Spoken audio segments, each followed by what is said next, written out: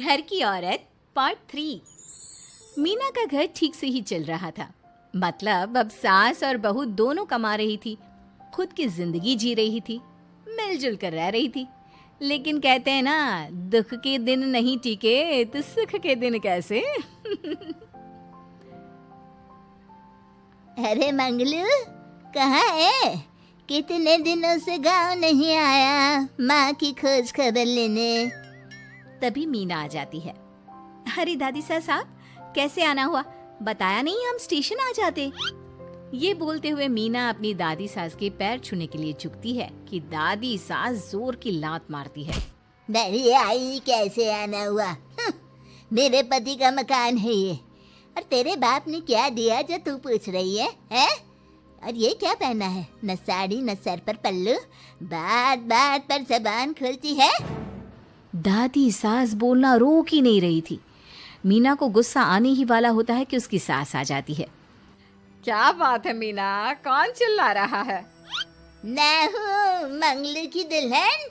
बहुत चपर चपर कर रही है ये मीना बहू। इसकी जुबान पर लगाम लगवा ले। मम्मी जी, मेरी बहू है, घोड़ा थोड़ी ना है जो लगाम लगवा दूं। तभी वहां मंगलू यानी कि मीना का ससुर आ जाता है और मीना की सास को एक जोर का तमाचा लगा देता है। वाह, जुम्मा 2 दिन हुए नहीं कमाना शुरू किए, मेरी माँ के सामने होशियार बन रही है। मैंने बुलाया है माँ को, ये रहेंगी तो कम से कम इस घर की औरतें औकात में रहेगी। अरे जब से कमा रही है सर पर चढ़कर नाच रही है। चिंता न कर मंगलू, मैं आ गई हूँ ना। दोनों को लाइन में लगा कर रखूंगी। दोनों बहू ने मेरे मंगलू की जिंदगी खराब कर रखी है। तभी वहां पोता यानी कि मीना का पति आ जाता है। पोता जो कि दादी का दीवाना था। दादी मुझे क्यों नहीं बताया कि आप आने वाले हैं? मैं गांव आ जाता कार लेकर आपको लेने। अरे तू तो जानता ही है, कार में बैठ नहीं पाती। पता नहीं, बहुत दिनों से लग रहा था कि तू और मंगलू परेशान है। आज मन नहीं माना तो आ ही गई मैं। देख, यहाँ आकर पता लग रहा है। क्या पता लग रहा है दादी?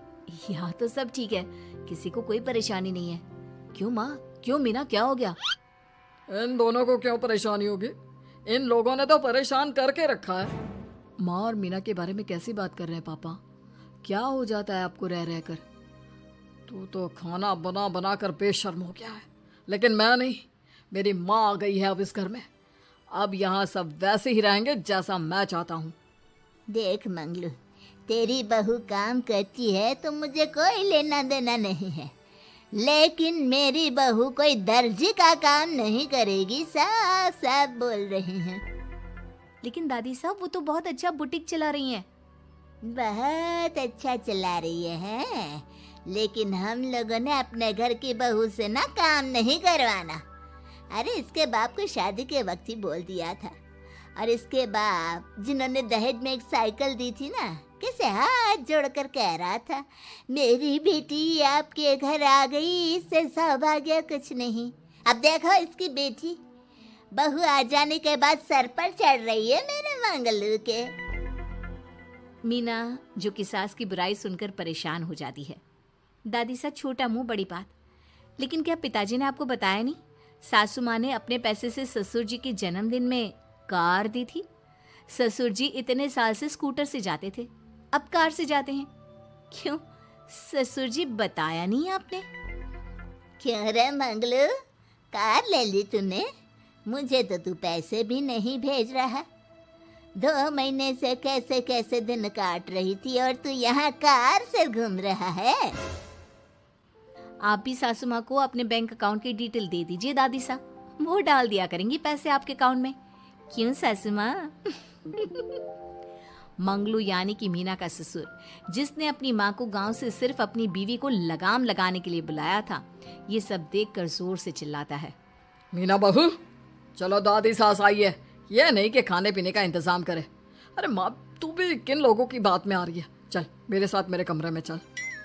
ससुर अपनी माँ को लेकर कमरे में चला जाता है और दोनों बैठकर वैसे ही पंचायत शुरू कर देते हैं जैसे कोई बहू अपनी माँ से सास की बुराई कर रही हो। देख मंगलू, गलती तो तेरी ही है जो तूने घर की जनानियों को काम के लिए बाहर निकाला। दूसरे तेरे पापा को देखा था, कभी मुझसे फालतू बोलते। अरे मरते दम तक तेरा बाप मेरी मुट्ठी में रहा है, यही सिखाया था मैंने तुझे। क्या बोलूं माँ, जब से ये मीना बहू घर आई है ना, इसने घर का सारा इतिहास भूगोल बदल कर रख दिया है। उस तितली से तो मैं बाद में निपटूंगी, पहले तेरी वाली को तो ठीक कर दूं। अरे बहू क्या आ गई, खुद को टाटा अंबानी समझने लगी है। माँ देख, जो भी हो, इस बात को याद रखना कि हमारे घर की परंपरा क्या है। औरतों का औकात में रहना जरूरी है। अरे बहू के साथ मिलकर माँ ये बात उड़ती रहती है। बेटा देख, गलती तो तेरी भी है, क्यों तूने इसे काम करने की छूट दी। मारना भी कम कर दिया है तूने इसे, वरना पहले आती थी तो बहू का कोई ना कोई हिस्सा सूजा हुआ या काला ही दिखता था। देखकर तसल्ली मिलती थी कि तूने कंट्रोल कर रखा है। इस बार तो काला और सूजा छोड़, अच्छी खासी चमकती दिख रही है ये। अब क्या बताऊं माँ, गलती तो हो गई है। हाँ, वो कार देखकर पिघल गया होगा ना तू। अरे बेटा, औरतों को मुट्ठी में रखा कर। शान की साइकिल ज्यादा अच्छी कुत्ता बनकर कार चलाने से, समझा। मीना का ससुर अपनी माँ की बात को सुन रहा था। बस माँ, जो गलती हो गई मिट्टी डाल उस पर। अब बस तू ना घर पहले जैसा करके जाना। ये सब ना बहू का किया धरा है, समझी। मतलब बहू को ठीक करना है तो बहू को लगाम लगाना होगा। ठीक है।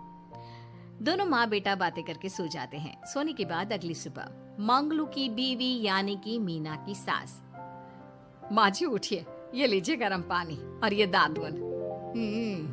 चलिए तो याद रहा तुझे, वरना मैंने तो सोचा था कि बहू के चक्कर में पागल ही हो गई होगी बिल्कुल। अरे बहू के चक्कर में पागल होने का क्या मतलब होता है माँ जी। उसने मुझे मेरे पैरों पर खड़ा होना सिखाया है। मैं तो कहती हूँ उसके जैसी मेरी बेटी होती ना तो शायद मैं बहुत पहले जीवन का मतलब समझ चुकी होती।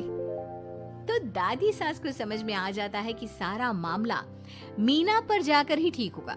वो सोच लेती है कि अपनी बहू को छोड़कर पहले मीना को सही करना है। फिर अगले रोज, अरे मेरे पोते के पास तो मेरे पास बैठने का वक्त भी नहीं है, हैं? अरे कैसी बात करती है दादी, तेरे लिए तो मैं नौकरी भी छोड़ दूं। नौकरी नहीं, तू ना बीवी छोड़ दे, खुश हो जाऊंगी मैं। नीरज हैरान हो जाता है कि उसने तो मजाक किया था। दादी ये क्या बोल रही है? कैसी बात कर रही हो दादी, मीना ने तो सारा घर संभाला हुआ है। पहले तो घर गिरा जा रहा था ना। तेरी मीना के आने के पहले ना घर में चूल्हा जल रहा था, ना कोई रोटी खा रहा था। क्यों? नीरज को दादी बीवी के खिलाफ खूब कान भरती है। तू सही कह रही है दादी, औरत पैर की जूती और हाथ की मुट्ठी में ही ठीक लगती है। मीना ने ना सिर्फ घर का माहौल बिगाड़ा, माँ को भी पिताजी की इज्जत करनी छुड़वा दी।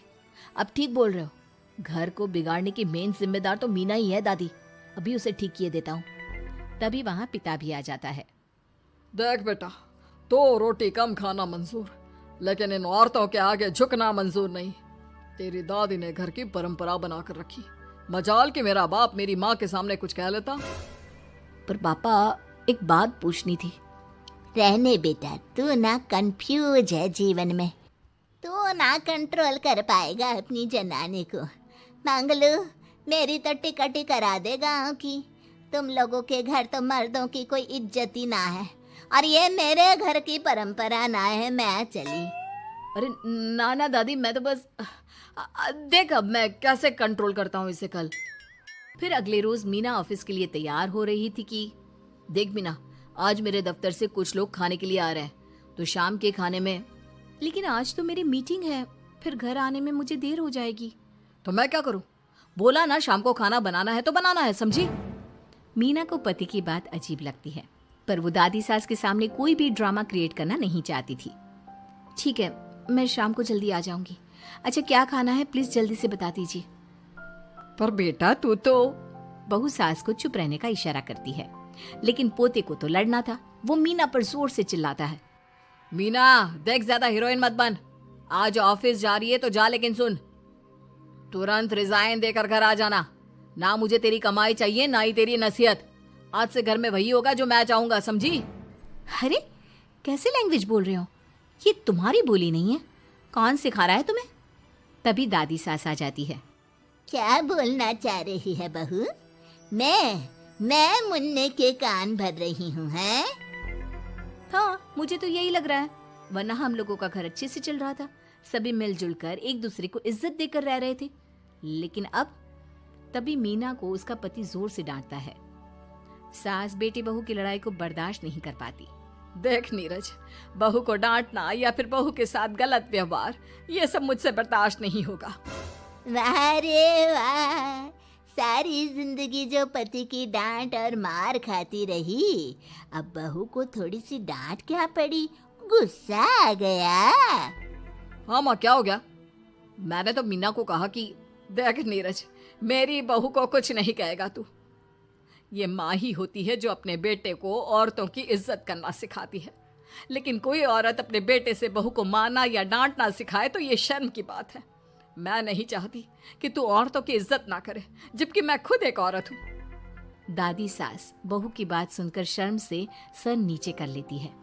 सच कहा सासू माँ, एक रानी ही अपने बेटे को राजकुमार की तरह पालती है, जो दूसरी औरतों का सम्मान करे। काश दादी सास भी पिताजी को अच्छे संस्कार दे पाती। मीना की बात सुनकर दादी सास उन लोगों से माफी मांगती है।